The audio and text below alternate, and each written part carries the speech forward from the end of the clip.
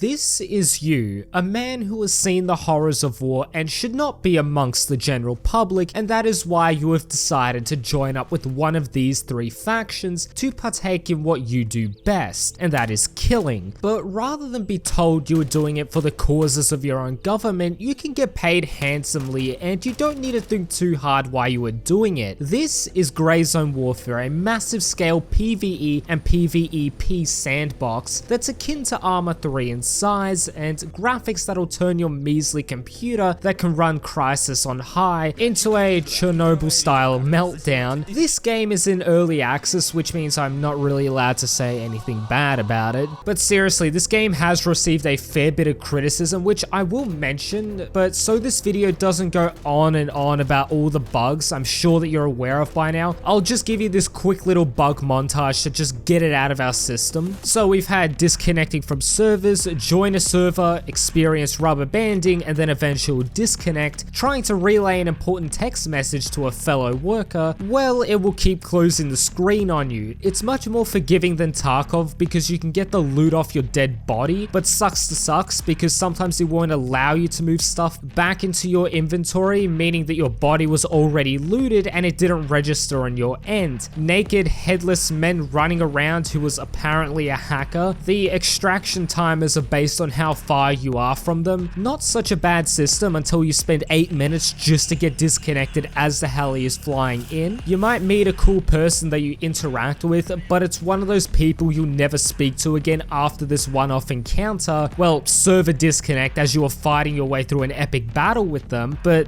that's the bugs that I've encountered. I've heard that they're going to be fixing them, but I just didn't want the video to just focus on the negatives, so we got that out of the way. Let's move on to the nitty gritty. But you will have three factions to choose from. You have Lamang, who I didn't pick because the first line mentions a billionaire and I thought of some evil James Bond villain, but it was too late for me to realize that they actually want to do some good in the region. You have the Mithras, who have a Roman legion system where the spoils of their victory get divided based on their ranking and how valiantly they fought in battle, in a metaphorical sense, and it does sound good in practice, but the reality is that there is a chance you might get team killed for your loot, so I wouldn't put too much weight onto that. I also thought the name sounded weird until I learned it literally means the Iranian god of the sun, so yes, I am an idiot. Finally, you have my faction, Crimson Shield. They have a cool name and they sound cool because they are ruthless, with little regard to people's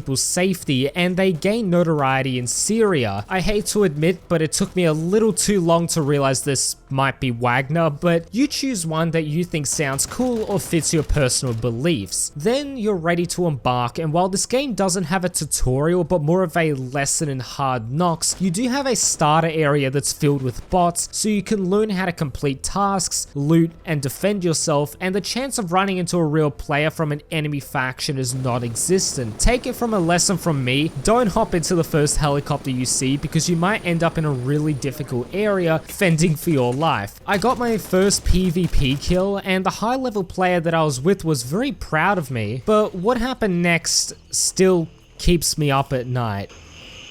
They're coming for you. They're coming. I'm not dead yet. They are coming. Who's coming? I tried to loot the guy, but ultimately failed because I didn't understand the coma system at the time, and well, in the same style as Tarkov, I lost everything with little hope of ever getting it back. But once you've gotten your first noob moment out of the way, head on over to the vendors and accept their tasks. At first, you get exact coordinates to help you, but as you progress, you have to read the mission brief, and it becomes more vague in where you'll need to go, which means you'll need to start exploring. Some tasks have you get friendly with the natives, other are search and recover, sabotage, and many more. A criticism I've seen is the tasks are bare bones and repetitive since you'll be going back and forth to the same area, and sometimes you can even knock out 2 quests at once depending on which order you complete the previous tasks in, but I personally enjoy them. One minute you'll be doing some good and the next you'll be straight up gunning down the locals to get that kill count up. But I am someone who unironically likes the Preston Gravy quest in Fallout 4. I like the idea of seeing the completed quest list go up and getting rewarded for it, but completing these quests gets you some very good loot and better equipment, as well as leveling up the traders to get access to better ammo and equipment, because having a scope on your weapon is probably one of the most important things for me, because I like to pick my targets off from a distance and then run away like a filthy little rat. But the extracting mechanic, oh boy, that's a controversial point. Due to inflation, you know, the billionaires are having it tough out there as well, because we're going to be needing to share the little birds. This has led to increased wait times as your Uber has many other players to attend to. I honestly do hope they implement a queue system, because hearing no birds available has been incredibly frustrating, because I have to keep looking at the map in a dangerous area and having to literally spam the call-in button. But I don't want them to have too many helis flying, because I like the idea of the world feeling alive and the helis being needed elsewhere for some other battle. But sometimes you'll have pretty large wait times, especially deeper into the map, and I just alt tab, or you can do what I do in PvE where there's no danger for 8 minutes, and that is literally go take a shit. I'm not kidding, I had an 8-minute timer, PvE, no danger at all.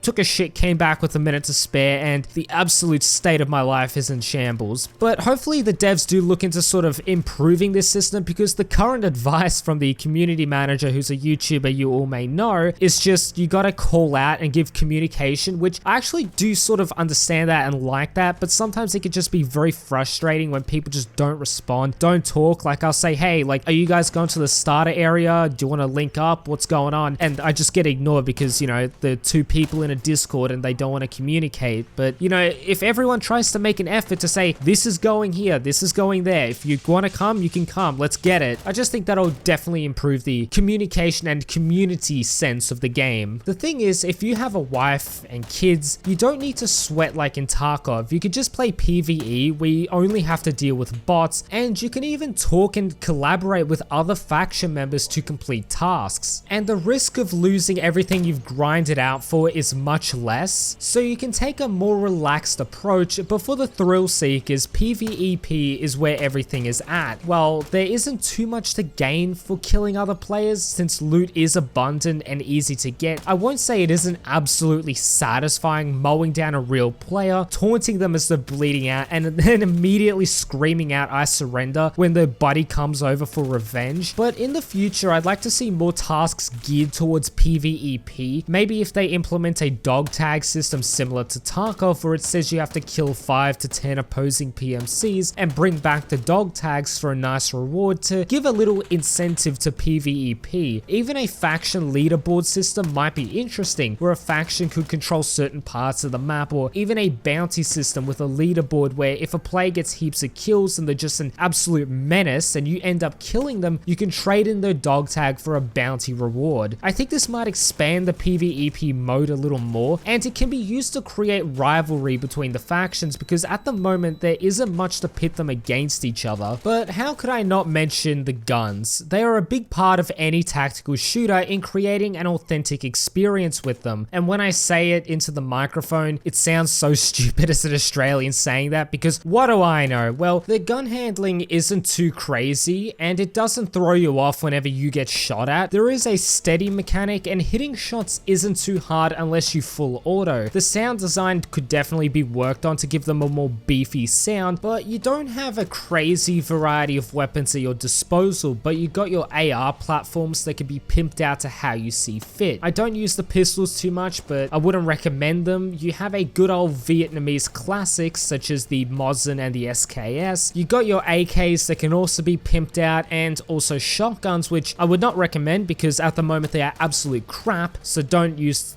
Actually, hold on, no, if you are a part of these factions, use the shotguns. They're very good. Please use them. But also with the last trader that you unlock, he'll also give you the big old sniper rifle that you can't go wrong with. But let's talk about the graphics and performance. Now, you could equate this to a hotness to craziness scale, where the beauty of the graphics in some situations can be overshadowed by the craziness or lack of performance. And this game does get affected by it because it's just goddamn goddamn, it is such a beautiful game. I remember being a kid and playing Crysis and Far Cry 1 and being amazed by the jungles in that, or even playing Viet Cong and being amazed by how they depicted the jungle through great sound design. And this game makes me think, wow, this is the future, for better or worse depending on your opinion on the current state of gaming, but jungles feel dense and thick. You can hear the sound of you brushing through the bushes and sounds of crickets and frogs. I pray that one day we get a Vietnam game with this level of graphical detail, because honestly, if they said Zone Warfare is cancelled, it's over, no more extraction shooter, it's now a Vietnam war shooter, I'd honestly be very happy, because that's how beautiful this jungle is. But the performance is the controversial point. Now, because I live with my parents and do YouTube, I can justify a 1K purchase for a 40 series card and utilize ray reconstruction, which helps immensely since I get 70 to 80 FPS with ultra wide and over 100 FPS on 1440p. However, it can fluctuate, and most of you don't have 40 series cards or the need to upgrade to one. But if you have a 10 series card, it's unfortunate, but this game is not for you. Unless they do some magic with optimization, then there's really not much I can tell you other than, you know, don't get this game. However, if you have a 20 or low 30 series card, apparently using FSR has been known to give a nice FPS boost, but hopefully over the course of the year, they do get into the optimization stuff and it'll make it easier for 20 series and up cards. And honestly, if they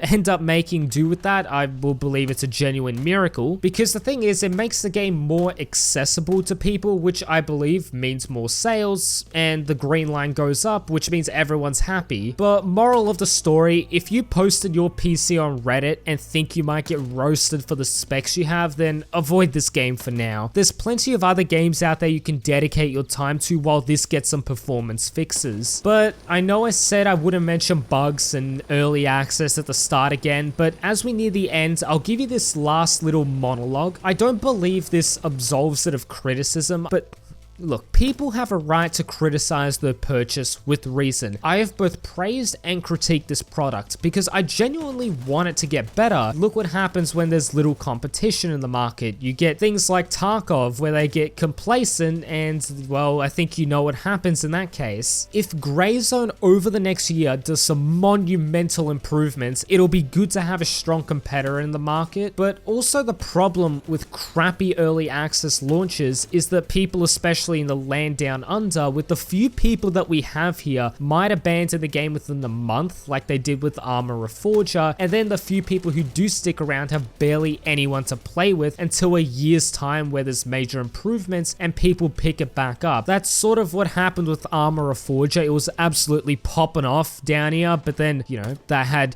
server issues, performance issues, people stopped playing it, and now when I go to play, I have to play on the European and American servers, which are much more greatly populated. But that's why I'm so hard and Jesus Christ, that's sort of why I'm so intense to making sure that the devs get the fucking servers working when they release. Like, I understand if there's going to be bugs and it's not going to run too well, but please just make the damn servers work. That's all I ask for you, because it does have a great effect in, you know, my community down here. Not so much with the more populated regions. But the lesson of today is, like I said, if you don't have a great computer, don't buy it. If you're someone who can't handle the idea of losing your stuff, experiencing common bugs and all that kind of stuff that comes with an early access, then put this game on the back burner of your mind. Don't give too much thought to it. Just check in with it every 6 to 12 months to see how it's developing and if it's worth your money, because I can't in good faith really recommend this to people unless they really know what they're getting into and have done much more research than this video. But because of my situation, I am having a fair bit of fun with it. I am enjoying the game. It's a good little concept and I like to see how they expand on it to really make the world feel more alive. But anyways, I'm going to end today's video there. If you did enjoy it, please do consider leaving a like, subscribing, sharing the video with your friends, and also click on the video that is on screen because I know you'll enjoy it. Anyways, my name is Tan2 and I will catch you guys in the next video. Peace.